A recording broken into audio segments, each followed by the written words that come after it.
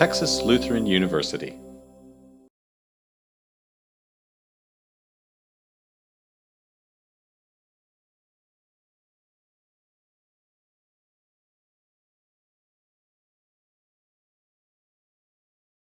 I'm really excited to have the speaker that we have here today, Dr. Manuela Ceballos.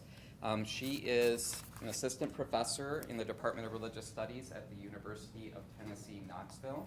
And I do want to acknowledge the donors or the funds that made this event possible, the Brown Fund for Cultural Enrichment, the Department of Theology, the Center for Mexican American Studies, and the Center for Women's Studies.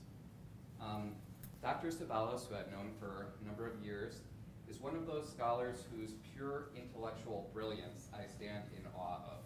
She holds degrees from Bryn Mawr College, the University of Paris, Nanterre, Emory University, and she is fluent in no less than 5 languages.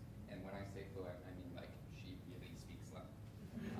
Her scholarly expertise is in 16th century Muslim-Christian relations in the Mediterranean basin, with a particular focus on Sufism, mystical practice, and the body. Her current book project has a wonderful title, Between Blood and Dung, Ritual Purity and Mystical Power in the Early Modern Mediterranean.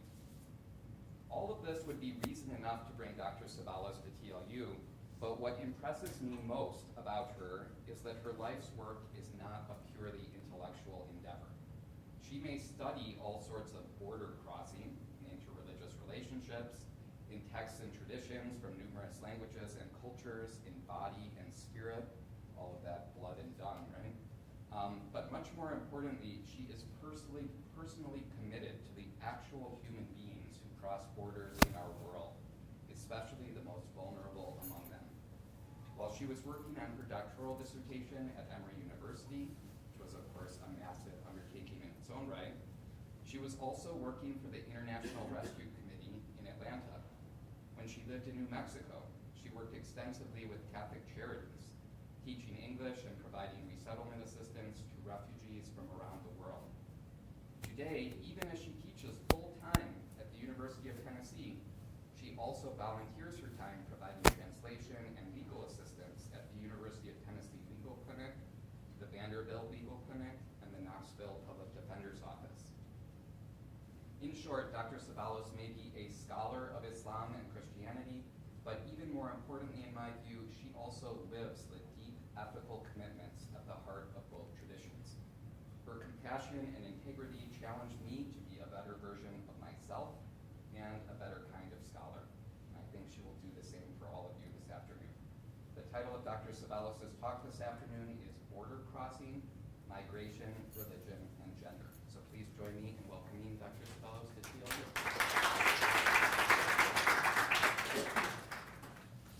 Thank you, Carl, for that really kind introduction that I don't deserve, but I was very moved to hear nonetheless. Can you hear me okay?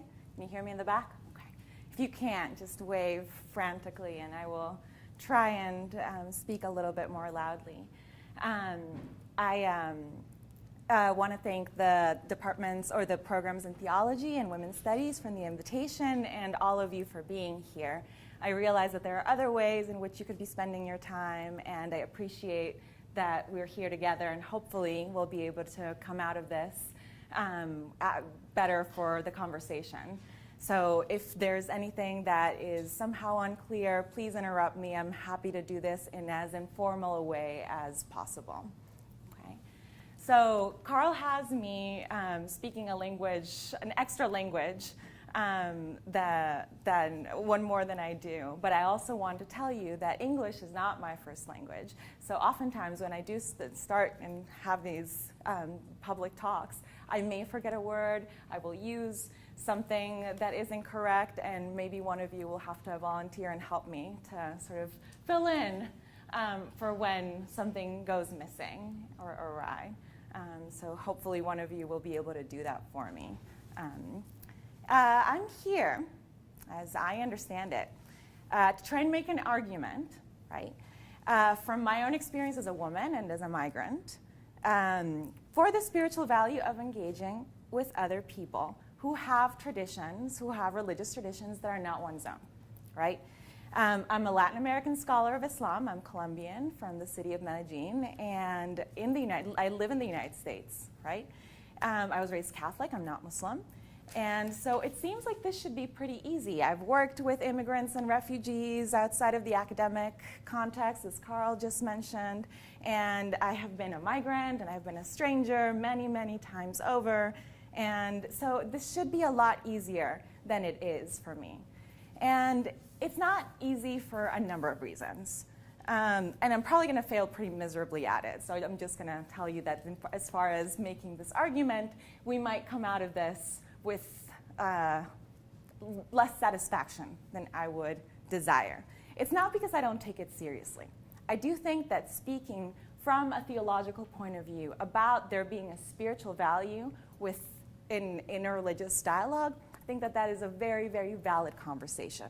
However, now that we're going to be talking about gender and border crossings and religion, right, there are good reasons from within those frameworks why that's going to be difficult. First, right, I don't think of my relationship with Islam as a field of study, right, as any kind of interreligious dialogue, right? The first reason for that is that my field, right, the study of Islam, has a pretty nasty history. There is a long tradition of scholarship about Islam that helps promote empire, right? There is a very important book called Orientalism by Edward Said that came out that focuses precisely on the history of that field, right? So I'm very deeply embedded in that field and in that tradition, and so oftentimes what I seek in myself is restraint, right?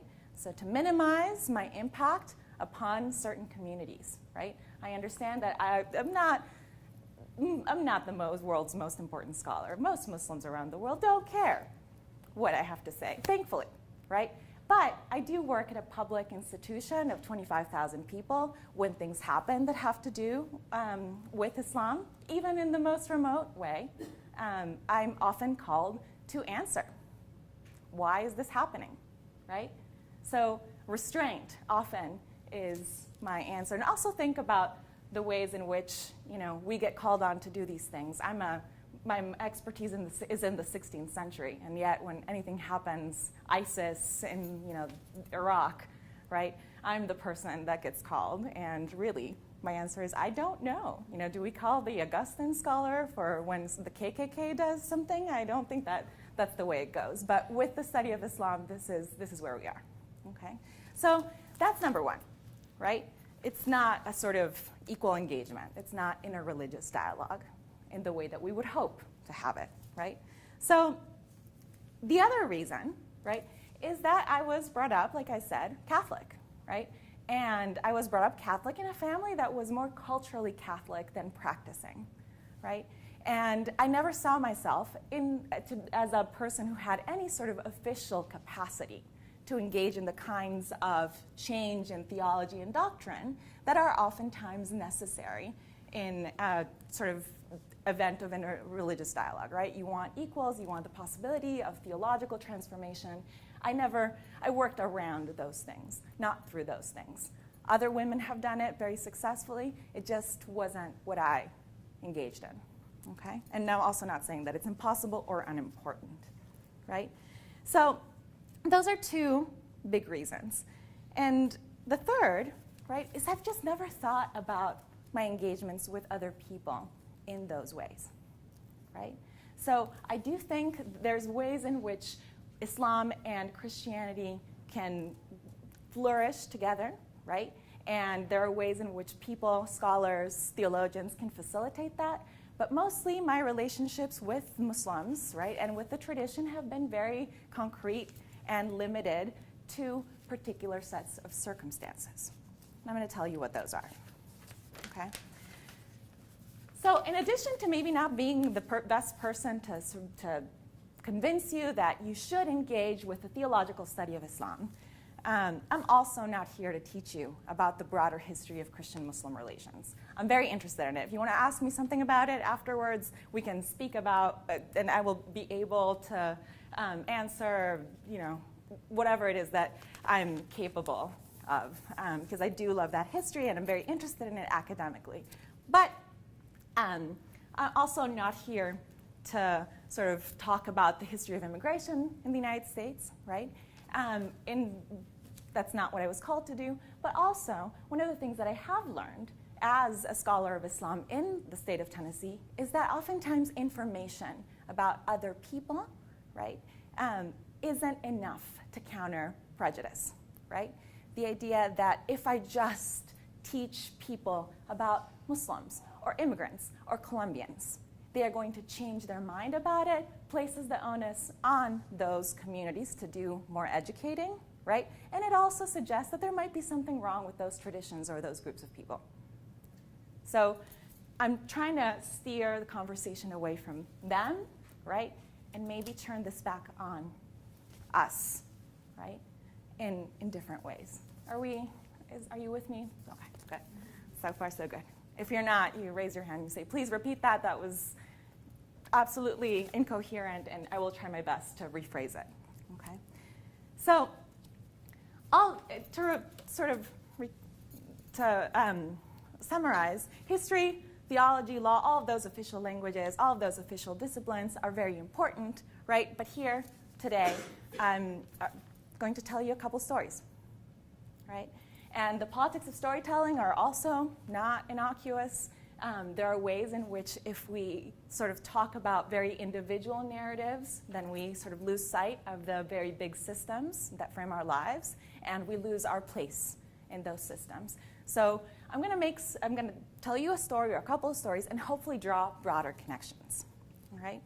So those are the ways in which I think maybe the people with whom I've shared my life, Muslims, Christians, atheists, agnostics, right?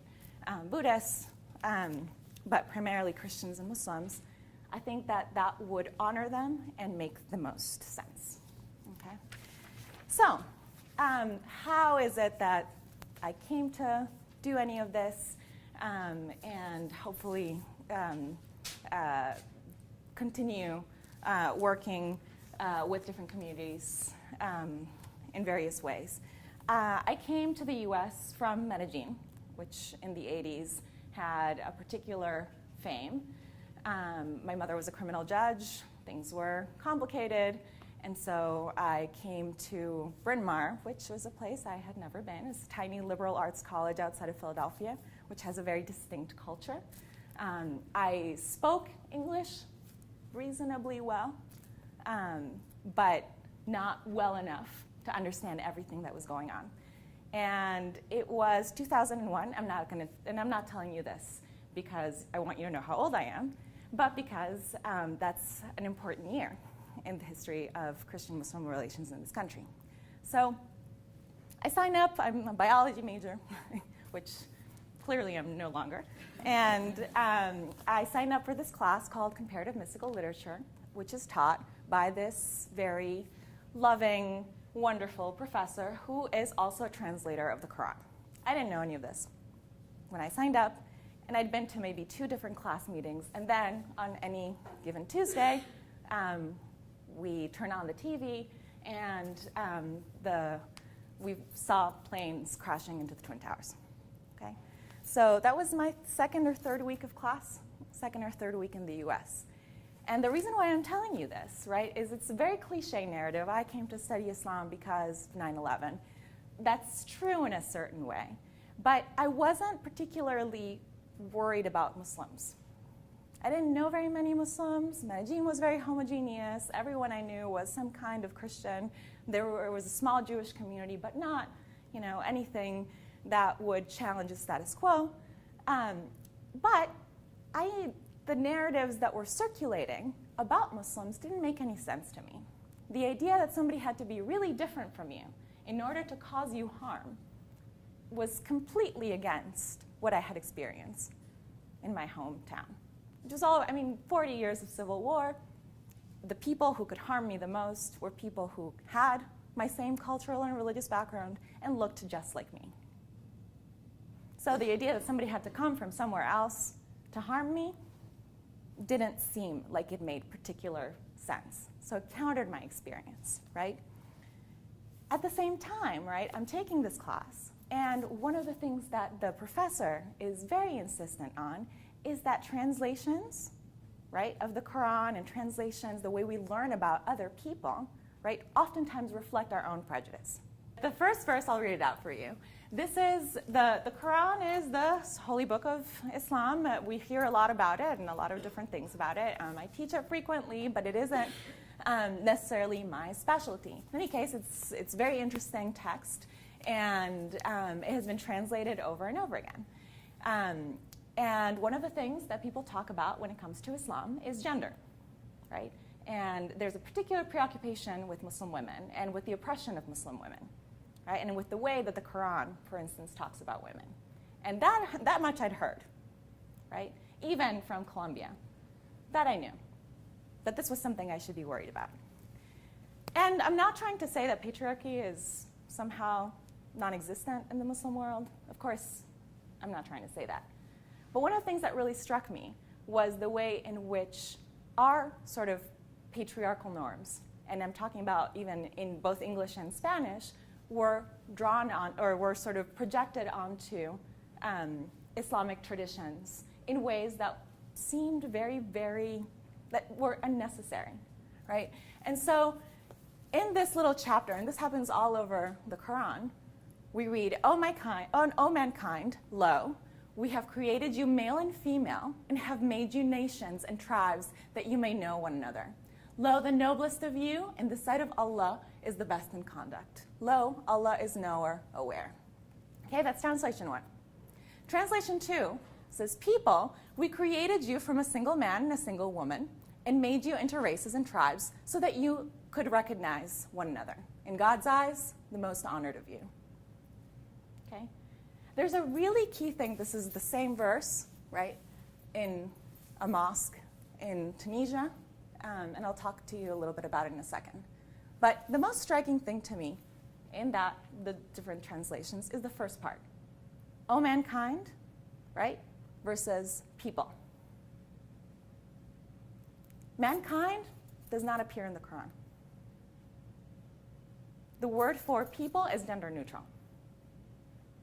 So every time that we read a translation of the Quran that says, O mankind, right, which really privileges a particular segment of the population, right, and this is God speaking in the Muslim tradition, God speaks through the Quran, we think that God is addressing men. But that is not the sort of patriarchal norm inscribed within the Muslim tradition. That is a different kind of patriarchy at work, right? So that was the first thing. The idea that language and that the way we were learning about things wasn't a window into a different world, but rather a mirror. And it seems like this thing that should be very evident, right? That language mediates our relationship with the world, right? But that was new to me at 17 years old, as I'm also learning English, right? And trying to figure out my way around these experiences, and also how to tell my parents about this, translating back and forth, right? What's going on? How do I talk to different people about each other, right? You kind of lose sight of a lot of different things, okay? So in this sort of realization, right, that language plays a really important role in how we view the world and how we construct the world, right, as I'm learning it. There's also other things that happen, right? One of the things that was also very salient in my experience of 9/11 was trying to donate blood, right, and being blocked because of where you came from, right? There were some certain concerns, geographical restrictions, right? And so it was also the idea that certain bodies, right, the bodies of certain vulnerable people, were also prevented from circulating, even in certain parts that were supposed to be helpful, because there are certain norms about who gets to do what, who gets to move where, which bodies are helpful and healthy and considered to be sort of part of the desirable community. So there's a linguistic situation that is uneasy, and there's also sort of physical discomfort because you realize your place in the world. I'm a very privileged migrant, right? I came here already with some English, right? I came as a student, right? And I came in through certain routes that other people cannot.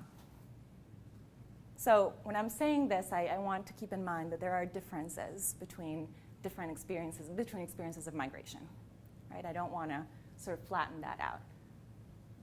And we'll talk a little bit about those, but that one was mine at a very young age, okay? So coming back to this, the narratives about Muslims that were circulating didn't make any sense. I realized that the way we talked about Muslims didn't reflect necessarily the problems within the Islamic tradition, but certain projections, right? And also that there were ways in which we were dealing with not just the languages, but the bodies from which these languages were coming from, right? Because we think of language as disembodied, but who speaks and how really matters, right? And those things start to make me question certain aspects of my life, and also to really want to teach language, right? So that doesn't happen until later, but that's a sort of general background as to how I want to frame this story, right? Oftentimes I think of border crossing as a kind of translation, right?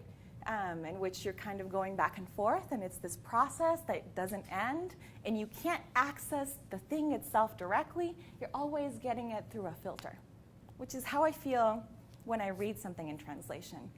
There might be a there, but I'm never going to be able to reach it, right? So that's the kind of metaphor that I hope we can work through today. As this is happening, there's all these wonderful theological writings by Muslim scholars that we're reading, right? And one of them really sparks my interest. And our professor, who translated the Quran, also translated Ibn Arabi of Murcia, who is this Muslim mystic who has these poems that became very popular in particular periods of time and are loved by all kinds of different people. And one of his big theological ideas, Ibn Arabi, is that human beings should be like a polished mirror. So speaking about language, you should be like a polished mirror. So to kind of like erase yourself so that God can see himself or herself in you. So I thought, goodness, that's what I want to do with my scholarship. I want to be a polished mirror in which other, right, all kinds of different things and very lofty goals. And all of that kind of went by the wayside because theological language is really wonderful, but also has its limitations, at least for people like me, right, and how effective we can be in the world. So I became a language teacher instead. One of the things that I started doing when I started teaching language, and Carl mentioned this a little bit, is teaching cultural orientation classes or life skill classes at the International Rescue Committee in Atlanta. So when refugees, who are a particular kind of migrant as well, right, a protected class of migrant, and that's also its own problem. Why is it that certain migrants have the protections of the state and some migrants don't, right? Oftentimes there's no qualitative difference but I don't know how a migrant from Central America who is fleeing from their lives, from all these terrible situations, is any different from any migrant from any other conflict, right? Or deserves any lesser treatment. I'm not quite sure. But the truth of the matter is that there's a humanitarian program that the United States government used to have that classified certain people as refugees or asylees who deserved the protection of the state.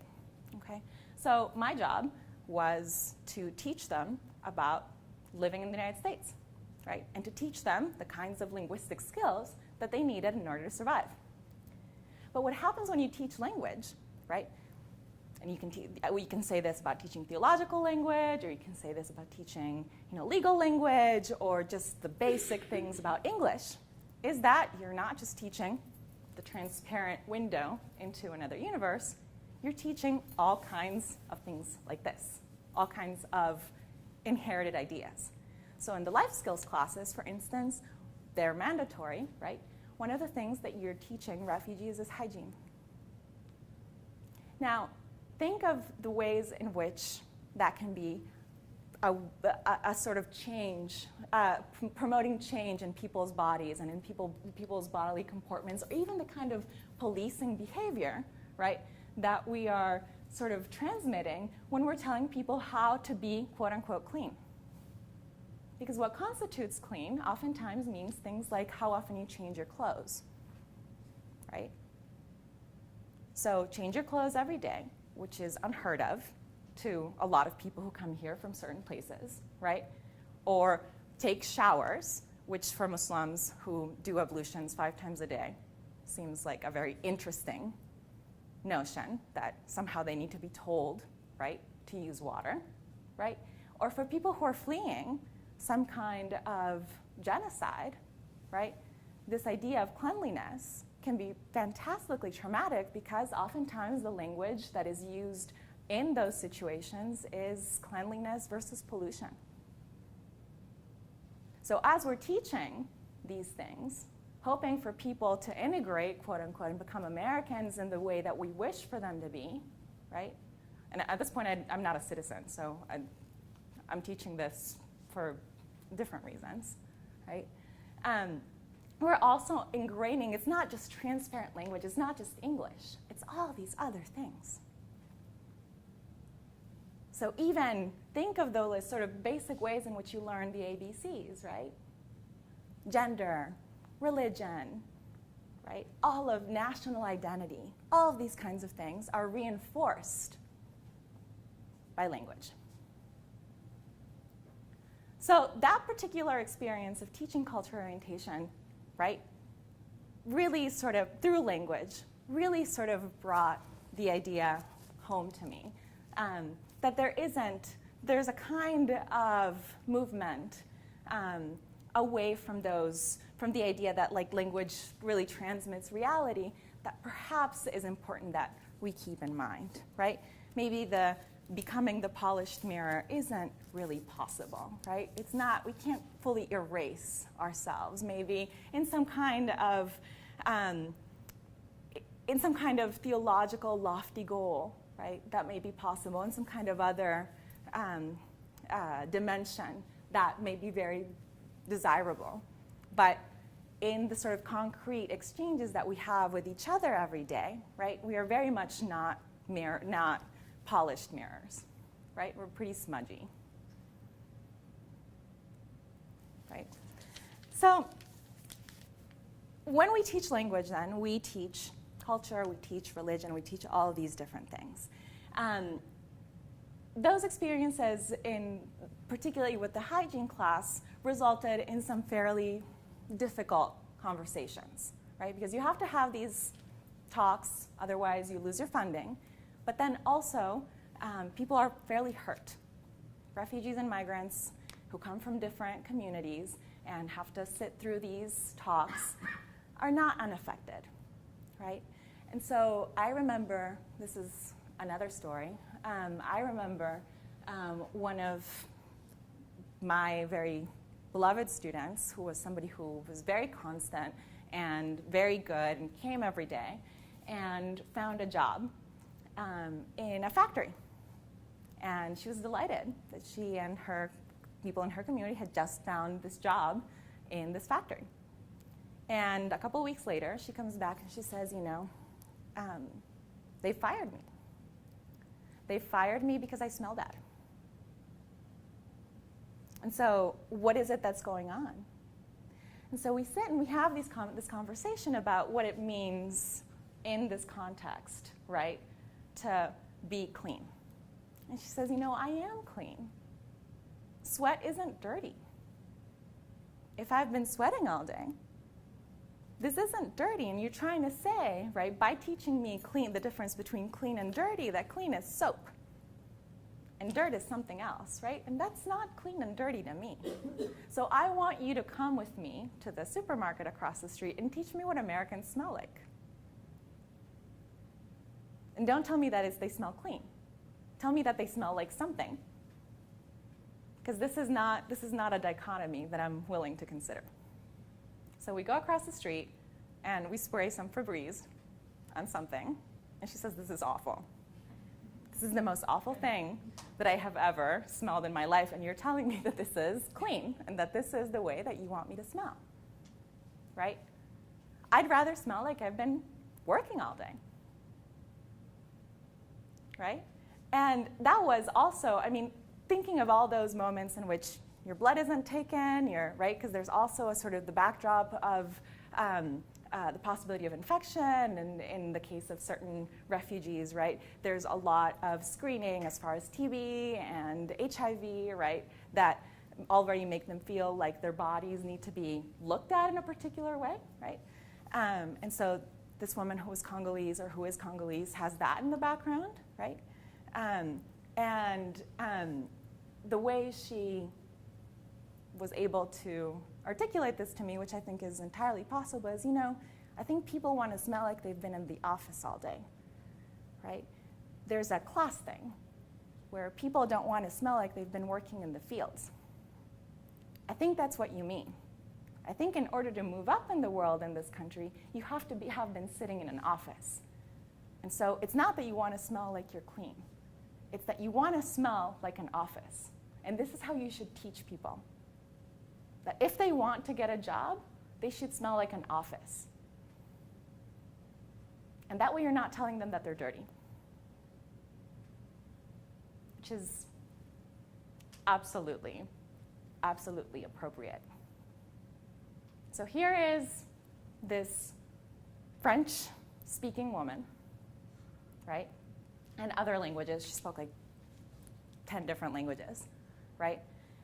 Who is teaching me, her English teacher, who's also from a different country, about English. And she is absolutely correct. And she's not just teaching me about English, she's teaching me about a whole set of different things, right? And keep in mind, this is Catholic Charities, and so there's a particular way in which some of the stuff that we're doing is also framed by religion, right? And when we talk about clean and dirty, pure and impure, we can also recognize that there's some theological echoes to that as well, right? You with me so far? Okay, good. So that was one of the moments in which I realized, well, if we're going to do this differently, we might have to think about language differently, and we can actually do that. There are other people who can look at us, right, or who can look at languages that we don't think about and change the way we have conversations so that we are reminded about what we're actually talking about. So that's the second story, is the life skills story, right? We go from sort of being a student in 9/11 then to being a teacher who actually didn't know what she was doing and clearly was making all kinds of mistakes, right? And where this leads me is, once again, to this conversation about language, right? Being, once again, a language student, this time of Arabic, right, in Morocco, our teacher is trying to, my teacher, and there's some other students in the class, was trying to tell us about ways in which to speak about death, right? And she's Muslim, and most of us are not. And she's trying to tell us about the different words for the different rituals. And she asks me, right, because these are the kinds of conversations that you have in language class. They are the strangest conversations that you can ever imagine. Think of if you've gone to Spanish or French class, it's probably a lot about talking to somebody at a restaurant or talking to somebody at a train. I remember when I taught Spanish, it was a student telling another that they really liked anthropology, and the other student replying, I really like anthropology too.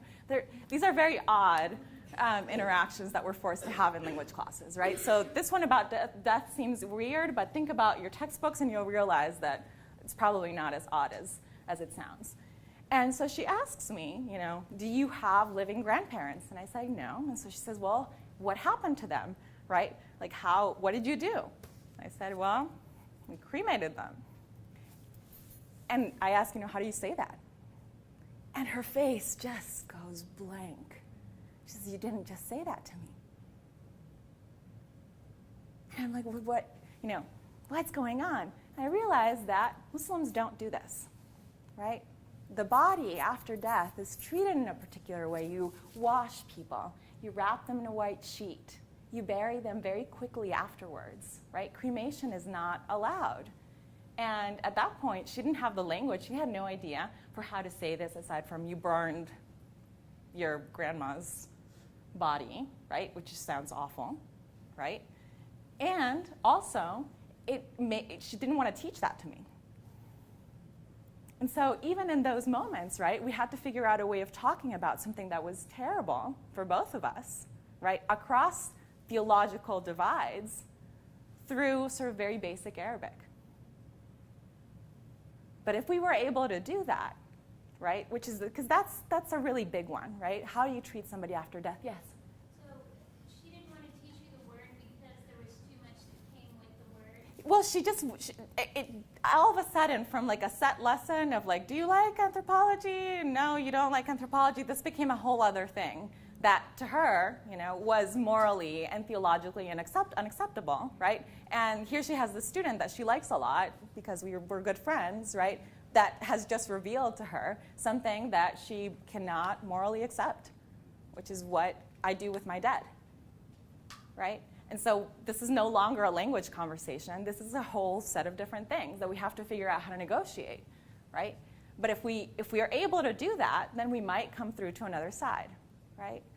So we have to figure out how to translate those experiences and how to translate those moments into something that expands language and that makes us comfortable not having direct access to each other, right? That we can play with language to make this into something else that doesn't quite exist yet. We figured it out. I'm not quite sure how yet, and we don't talk about it, but we're all right, okay? So this happens on both sides, right? Students challenge you and challenge you to think about the kinds of things that you're saying and the implication. There's stuff that you think is so transparent. Do you like anthropology? No, I don't like anthropology. How can this be complicated, right? In Spanish, oftentimes, the curricula has, how do you pick up, for men, how do you pick up women, right? And this is very frequently what gets taught in Spanish lessons is how do you talk to women? This is the TAs in my sort of undergraduate experience. I imagine things have changed significantly since then, and we use different textbooks.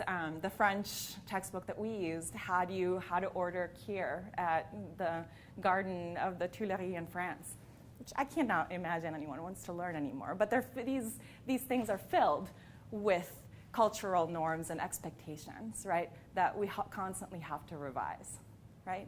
Arabic gets taught as a language to read the newspaper, right? Because people assume that if you're an English speaker learning Arabic, you're a political scientist and you want to know what is going on in the Middle East, right? It's not a language that you're actually using to talk to other people in significant ways, right? So if we can figure out a way around those challenges, then hopefully we can get to other ways of existing together. I'm hoping that after today's talk, we can imagine ways to do that. Because you get little tastes of what other social worlds can be. You don't get a whole idea, but you get a little taste of what this could look like. And sometimes that's enough for a pretty long time, but it's still not sufficient for a broader conversation. Okay, so that's another story about language, which I'm trying to sort of bring these two together to make a broader structural point, right? Because sometimes one single story isn't enough to sort of bring an idea home. One of my favorite Moroccan writers was somebody who takes classical Arabic very, very seriously, writes both in French, which is the language of the colonizers, and in Arabic. And he's got this wonderful story about this man who is lost in the desert. He's a Bedouin, he's lost in the desert, and he cannot find his people. And he can scream all he wants, but no one's going to hear him, right? Because people aren't very good at hearing. They're not very good listeners. And so what he starts doing instead, he starts barking like a dog. Why? Because he imagines dogs live close to people, and the dogs will hear him, right? So maybe if he barks and the dogs bark back, he'll be able to find a way into civilization, is how he puts it. But then this becomes this whole game. Well, what if what he's hearing when he barks and he hears people barking back, or a dog's barking back, is actually people? people who are like him, who are lost and who are also barking, right? And what happens if the people who are barking and he who is also lost find each other but still cannot find a way back into civilization? Can they speak the same language if it's a bunch of lost folks in the desert who can only bark to each other? And what happens if they forget how to speak their language, right? What happens if the only thing that they can do from then on is to bark like a dog? And the whole point of the essay is that there's a way in which language and power can work together, right? Language, if we're talking about, for instance, Spanish and English, and this is why one of the reasons why I really decided to focus on this is we're in San Antonio, we're 200 miles away from the border, right? A lot of you navigate very complex linguistic worlds that are much more nuanced than just Spanish and English. It's registers of Spanish, it's registers of English, it's other languages, right, that are neither of those, right? It's however you speak to your mother, it's however you speak to your father, it's however you speak in class, it's the academic language, right? So you go through different universes, but you're aware that every time you're going into and out of them, there's a power relation at play as well. So if two languages, Quilito says, are next to each other, one of them always will refer to animality. Speak like me, he says, or you are an animal. And this is something that he says as a post-colonial writer who is trying very hard to challenge the supremacy of French or of Arabic, right? And when we are speaking and teaching all these different languages, we have to sort of be aware of the fact that part of the premise, like in these life skill classes, it's to civilize. And how difficult it is to teach languages, teach theological languages, or to teach legal languages without that impulse to domesticate the other person who sounds like they are speaking something that you don't understand. And if you don't understand it, well, then it must not be human. Right? And I translated this for my mom, who didn't speak any English, and this was one of the things that was important to her, because she had no idea what I did, what I went to Morocco to do, and what are you? You know, you're supposed to be a biologist. You're supposed to do something that was intelligible to me. So please translate your experiences, and please translate what you're doing. Translate Islam. Translate I have no idea what this is into something that I can recognize. And she said, I get it. I get it. I might not be able to completely understand what it is that you're doing, but I get that the point is that not understanding is okay. So beyond that, right, the last thing that I wanted to, or one of the last things, the stories, and then we'll wrap it up in a way that I hope is, I want to make sure I'm not going too far on time. Still have some time? Yeah, okay. So one of the things that I wanted to sort of wrap up with was a better story, a kinder story, about people who can imagine languages and presences and the experiences with other people in more imaginative ways. We often hear, like I said, that there is a particular brand of oppression that is unique to Muslim women, right?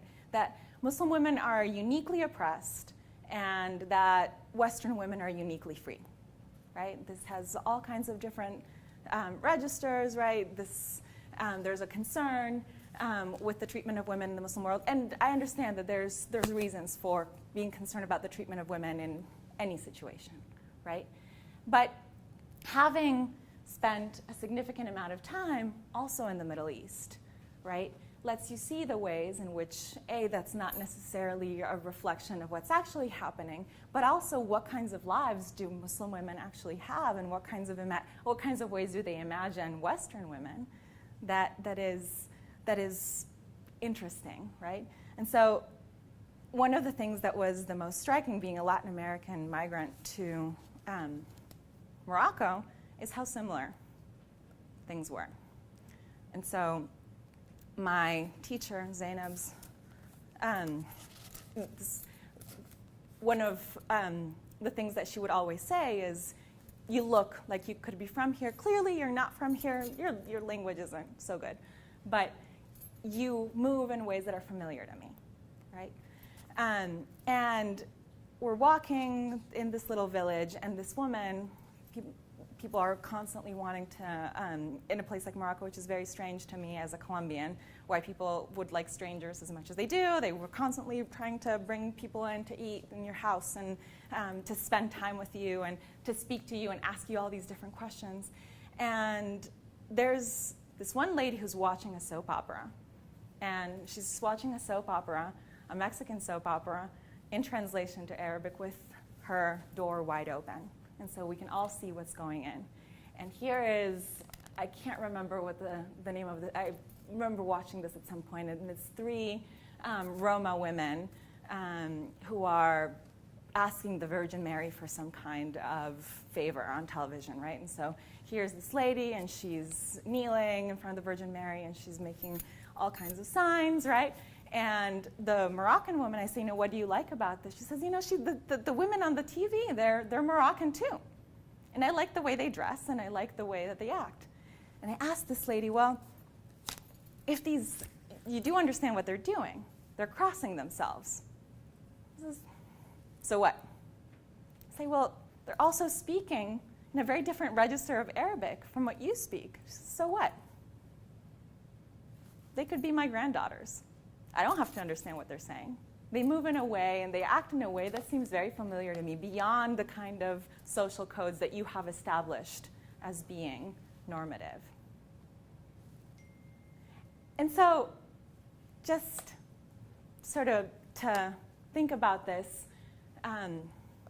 once again, in those terms of border crossing and migration and translation and gender, and how we can sort of expand those categories beyond what we have imagined needs to be truth, right?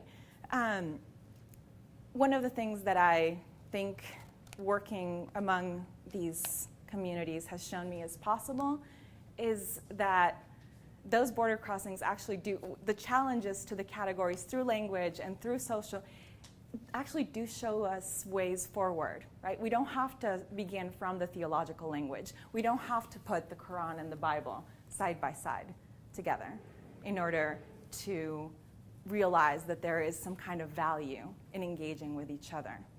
Oftentimes, those social interactions, in the most sort of basic way, right, have ways of remaking worlds and remaking social relations in potentially very imaginative and very freeing ways. And so I've hoped to talk about it through language because it's something that I know, right? I've spent half of my life learning other people's languages, speaking other people's languages, teaching other people's languages, and writing about them. So it's something that I know and that is familiar to me. These are structures that I can sort of work around. For other people, there might be a different social code that is more productive to think through. But since in the absence of formal theological discussion, which I told you earlier is not necessarily where I'd like to begin things, or formal legal discussion, which is not necessarily where I'd like to start from, right? This is a sort of trying to think about remaking those social relations from sort of very daily interactions. We don't need to be talking necessarily about whether we expand the rights, the legal rights of migrants. Those are very important conversations. But what if we just assume that those rights should exist? What if we just begin from not writing people in and out of existence through the formal codes and just grapple with each other's presence? And so we can do that through conversation and not through just sort of the everyday, how are you? I like anthropology. Do you like anthropology? But through rethinking what are those frames, right, that make it so that the only conversations that we can have are those scripts, right? So if we can think about what we're projecting, like, oh, mankind, right, because Muslims are so sexist, when oh, mankind isn't anywhere to be found. God is speaking to people. There's not even a gender there. right? So instead of thinking about framing these conversations from the point of view of the things we're already certain about, and the point of view of a power relation from which we can erase people out of existence, right? We can write people out of their legal rights. We can include them as well. We can write people out of the sacred community, or we can bring them back in. What if the conversation started from a different type of language, that we're a little bit more open to that transformation and change? And that's the question I'd like to leave you with.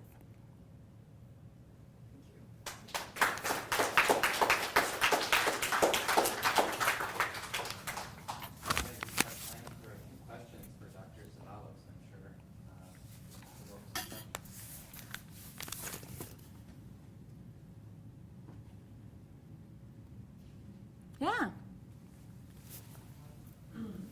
what is that new world look like being taught? So that's actually a fairly, as much as I said I'm not going to talk theologically, that is actually a pretty sort of theological language that I'm using there. I don't know, right? And one of my colleagues who was also at Emory with us, and we were just talking about him on the way here, Sean Crawley, came to UT a couple of months ago to talk to us about worlds in which things could be otherwise, right? And so we don't know what that looks like, right? But we have to be open to not knowing. Maybe if we moved in this direction and we're like the people barking, right?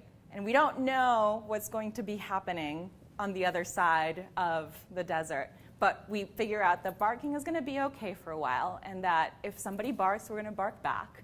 And we're sort of comfortable in that trajectory, right? Or at least aware that that's going to happen, that it could be different. It could be worse, right? That other community could be worse. I can't guarantee it, right? But at least, right, frees us from the notion that whatever we have has to be, that we have to be here. Whatever it is that we have created is the way things have to be. And that's actually not something, for instance, that my Muslim friends would agree with. There's a notion about destiny and how things happen. God wills things to be a particular way. But I think what I'm trying to say is, aside from that, and I'm sure we can fit this idea into that in some kind of way, I don't know how, is that I am here by mere chance. The way I got to all this stuff, I didn't have to be here. More broadly, that works as well, right? We're not doomed to the reality that we live in. So it could be different. I'm not sure. I don't have a sort of end goal in sight. Sometimes I have a little taste of it, like I said, where you have a woman recognizing herself, Moroccan woman, 70 years old, recognizing herself in 20-year-old Mexican women who are crossing themselves and saying, those are my daughters. That's a taste of something, right, that is absolutely unexpected and wonderful. And I don't know what that looks like in the long term, but I like it, right? And the other shapes that it could take seem promising, at least to me. Yeah. So I was raised on the border, and one of the dynamics of language acquisition is Mm-hmm. sort of this mashup. Yeah. Right? So I had a friend, it was the 80s, and she would say that her hair was musiado. Yeah. So Yeah. it was full of mousse Sure. and really big, and it Sure. worked for all of us. But I see that being like that Spanglish thing that happens. Yeah. Do you have any experience with that, or how does this speak to what you're getting? So the politics of Spanish, we don't often talk about, at least not socially. I mean, scholarship in this is people, there are scholars who discuss this in all kinds of ways. But as far as a sort of social dynamic, we oftentimes forget in the United States that Spanish enforces its own kind of, there are different registers of Spanish. And so in Colombia, for instance, people really love to say that we speak the best Spanish in all of Latin America, right? And the best Spanish according to whom? right? And what's the model, and what does that mean, right? And so what happens is that language changes with use, right? And it expands according to the way that people needed to expand. And oftentimes the last folks to recognize that are the folks in power, because it's not necessary, right? Or dictionaries, right?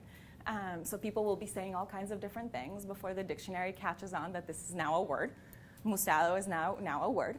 And so it won't be in the dictionary, and so it will be improper, right? But I'm fairly loose with that. I think Spanish is great. If I weren't speaking Spanish, I'd be speaking something else. That would be okay too. And I think Spanglish is completely, it makes sense to me. I mean, if I lived, the Spanglish spoken in Miami is different from the Spanglish spoken at the border here, right? But museado, I had never heard that before. Completely understand it. Should be a word. Should be recognized. It is a word. Should be recognized as an official word. I have no issue. The Spanish teachers among us might disagree with me and but for good reason too. Teaching grammar and teaching structure also serves its own purpose as well. Well, because the other issue is that here in Texas, right, people were punished corporally Yeah. for speaking anything other than English. Well, I don't know that that's not true still, not necessarily here, but in other ways, right? I know that I worry when my father comes to visit me. I worry when he speaks Spanish on the phone because he doesn't speak English. I worry that he might find that other people might hear him. So it's not necessarily that there's corporal punishment that is present, right? But there is a threat, I think, to people who are speaking other languages. Spanish for sure, but Arabic certainly. Right? I'm very aware of that when I'm on a plane and realize all of a sudden that I've got my Arabic notes, right? And I'm not even speaking it. I think of the woman in the hijab and the veil who is using it, and there is the very real threat of punishment. Yeah. I've got kind of, this is sort of just about these translations. Yeah. So when I look at the first translation, okay, I Mhm. see that mankind is gender and so forth. Yeah. But the way, when I read the first sentence, I sort of think that the person who translated mankind was using it as a sort of generic Sure. humanity. Sure. And then it says, you created you male and female, Mhm. and then in the nation, so it's kind of like a division. There's a generic Mhm. humanity, Mhm. then there's a separation of humanity into male and female, Mhm. and there's a separation of humanity into nations and tribes. Yeah. And then when I look at the second translation, so I see that people is also kind of a collective noun, although to Mhm. me, when I hear people, I already think of nations, like there's a people, Mhm. okay? Sure. Right? And then it says, we created you all from a single man and a single woman. Mhm. So that is an account of the origin, right? It's Mhm. not now going through and marking differentiation so much as everyone came from a man and a single, I think, an Adam and Eve. Yeah, right? which is Right? Adam and Eve, actually. Right. Yeah. So, and then we made you into tribes, so there's like a historical Mhm. quality in the second one, so they're nations or peoples, Sure. which all originated from a single man And a single woman, yeah. And in the first translation, I don't get that sense of origin. It's just that there's a sort of process of differentiation. So I'm just kind of curious. I don't know if you know, Mhm. but what's the Arabic? One of the things that is, there's different levels to both of these translations, right? And so the O mankind and people is one of the dimensions in them. The other thing that I forgot to mention is, but we'll get to the historical versus the sort of generic division. The lo, if you see this here, right? So that's from an Arabic particle. It's just inna, which is an emphatic particle, right? Here, the second translation omits that completely. In the first translation, it's made to look a little bit, from what I hear, right, as somebody who is Catholic and didn't grow up reading the Bible, right, and also doesn't recognize King James, for instance, as the sort of language of God necessarily, right, it very much sounds to me like a sort of rendering of the text of the Quran. And a way that people who did read King James would recognize as sacred, right? So there's that dimension of it as well, right? Marmaduke Pickthall, who's the first translator, is a very good Arabist, right? So I think there's ways in which he's very close to the text, except for the O mankind part. And so I would probably, I'm not a Quranic translator, I would probably say we have created you male and female rather than a single man and a single woman. That's also a translator's, that is his own interpretation of the text. There's nothing in the text that says it's Adam or Eve, for instance, which are part of the Muslim tradition, right? Adam is, and Eve is as well, though she doesn't have that name in the Quran. And made you into races and tribes so that you should recognize one another. This little ayah, this verse in the Quran, is often used as an example of love for diversity, or as a justification for the moral duty of Muslims to embrace diversity, gender diversity, racial diversity, national diversity, right? In other ways, despite the fact that I criticize it, I would go with that first translation. Humankind. Humankind would be perfect. So it's insan is human and nas is people or humankind, and either would work. Nas is Quranic language is sometimes, or the Quran sometimes uses words that people don't necessarily use in everyday speak, but nas is certainly something that people use, is the sort of Arabic word for people, so I understand why the usage is there. But humankind, which sounds a little bit different, would probably in this context work better. I would have said, humankind, we created you male and female, right? What's the date of this translation by this guy, Virtual? So Pickthall. So this is the last translation that I think, this is the Penguin edition of the Quran, which came out a couple years ago. And Marmaduke Pickthall, I think, is early 20th century, not 100% positive, but it's an older translation for sure. Yeah. All right, I think that's probably a good place to end it, talking about the technicalities of translation. Yeah. To the theme of today's speaker. Let's give one more round of applause.